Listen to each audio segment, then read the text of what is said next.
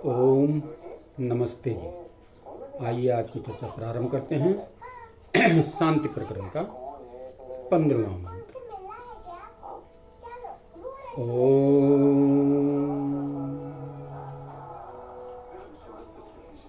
शन्नो वातः पवतां शं नस्तपतु सूर्यः शं नः कनिकृद्देवः पर्जन्यो अभिवर्षतु।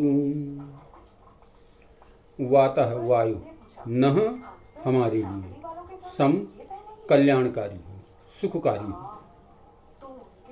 पवताम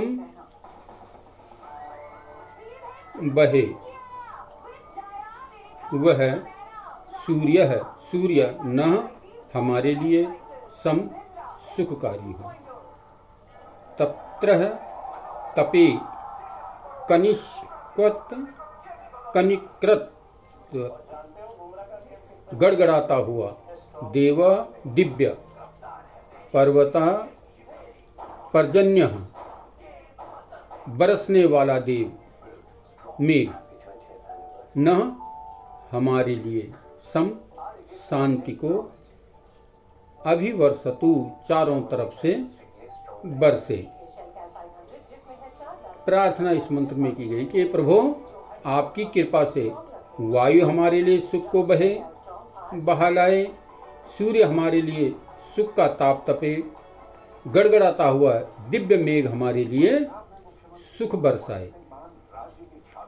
यानी 3 तापों से बचने का यहाँ पर प्रार्थना की गई है परमपिता परमात्मा से कि प्रभु वायु हमारे लिए सुख के लिए बहे, वायु हमारे लिए जो है कल्याणकारी हो, क्योंकि वायु से ही हमारा प्राण चलता है। कुछ काल तक भोजन के बिना व्यक्ति जीवित रह सकता है, उससे भी कुछ कम समय तक मनुष्य जल के बिना भी जीवित रह सकता है। लेकिन वायु, ऑक्सीजन अगर कुछ सेकंड के लिए भी बंद हो जाती है तो हमारा शरीर मृत प्राय हो जाता है। ये शरीर के जीवन के लिए जीने लायक नहीं रह जाता। इस शरीर से ये इस शरीर का प्राणांत हो जाता है। तो इसलिए कहा कि वायु हमारे लिए जो है सुखकारी हो, कल्याणकारी हो, निरंतर हमें जो है शुद्ध ऑक्सीजन प्राप्त होती रहे तो हमारे लिए वायु जो है कल्याणकारी होगी। हम निरोगता को धारण करते हुए आगे बढ़ेंगे। ठीक इसी प्रकार से दिव्य सूर्य, अग्नि, तेज, ये हमारे लिए ये भी जो है कल्याणकारी हो। हमारे शरीर के अंदर भी अग्नि तप रही है, जठराग्नि जिसको कहा जाता है। जो भी हम भोजन करते हैं, जिस रूप में भी हम भोजन करते हैं, वो अंदर जा कर के फिर वो जठराग्नि उसको तपाती है, पकाती है और फिर उसको जो है हमारे शरीर के लिए रस बना करके जो है आगे भेज देती है। तो कहा ये सूर्य, तेज, प्रकाश हमारे लिए जो है सुखकारी हो, कल्याणकारी हो। ये जठराग्नि हमारी निरंतर स्वस्थ रहे और इसके लिए हमें सुपाच्य भोजन, उत्तम भोजन निरंतर करते रहना चाहिए। जहाँ हमारे भोजन में उतार चढ़ाव आता है वहीं हमारे शरीर के अंदर त्रुटियां प्रारंभ हो जाती हैं। तो इसलिए इस मंत्र में ये प्रार्थना की गई कि हम जो है उत्तम आहार करते हुए अपने सूर्य, ओज और तेज को प्राप्त करते हुए आगे बढ़ें। ये हमारे लिए सुखकारी हों, कल्याणकारी हों, इनसे हम सुख प्राप्त कर सकें।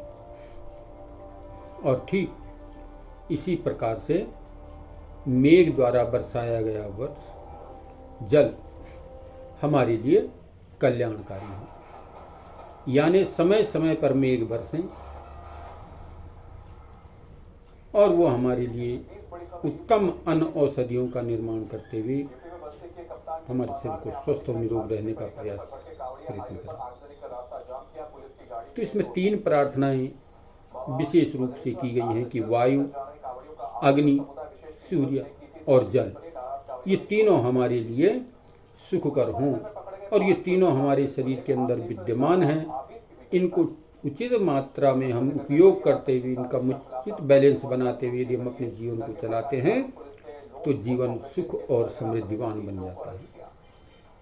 तो इसमें प्रार्थना की गई है कि हम इन तीनों का, वायु का, अग्नि का, सूर्य के प्रकाश का और मेघ द्वारा बरसाई गई जल, हम ठीक प्रकार से उपयोग करते हुए, उचित मात्रा में इनका सेवन करते हुए अपने जीवन को सफल और सार्थक बनाएं। क्योंकि इन तीनों से ही हमारा शरीर जो है चलता है, अन्य धातुएं बनती चली जाती हैं और हम इस पर जो है अपने जीवन को, शरीर को स्वस्थ और निरोग रख सकते हैं।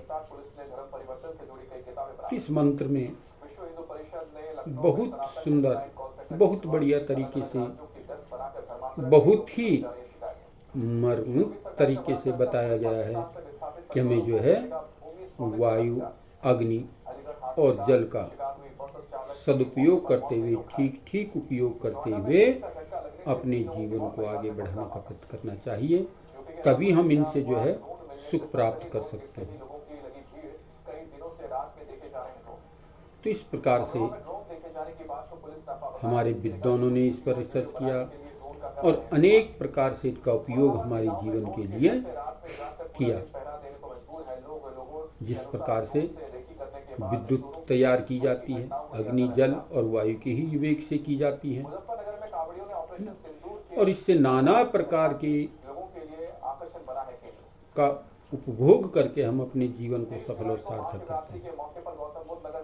अनेक प्रकार से जो है ये हमारे लिए कल्याणकारी बन जाती है। लेकिन अगर हम ठीक इसका दुरुपयोग करना प्रारंभ कर दें तो यही हमारे जीवन की लीला को समाप्त करने वाली बन जाती है।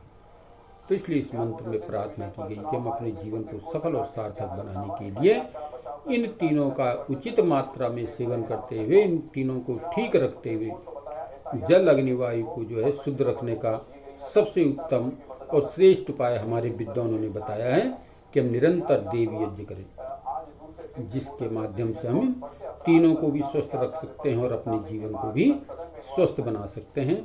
तो आइए हम इन तीनों का ठीक ठीक उपयोग करके, ठीक ठीक जो है प्रयोग में लेकर के अपने जीवन को सफल और श्रेष्ठ बनाएं और उस परमपिता परमात्मा से प्रार्थना करते हुए कि हम इस जीवन को स्वस्थ और निरोग बनाने के लिए तीनों का ठीक ठीक उपयोग करें। प्रभु ये हमारे लिए सुखकारी हो, कल्याणकारी हो। तो आइए आज की चर्चा हम यहीं पर विरमित करते हैं। ओम शम।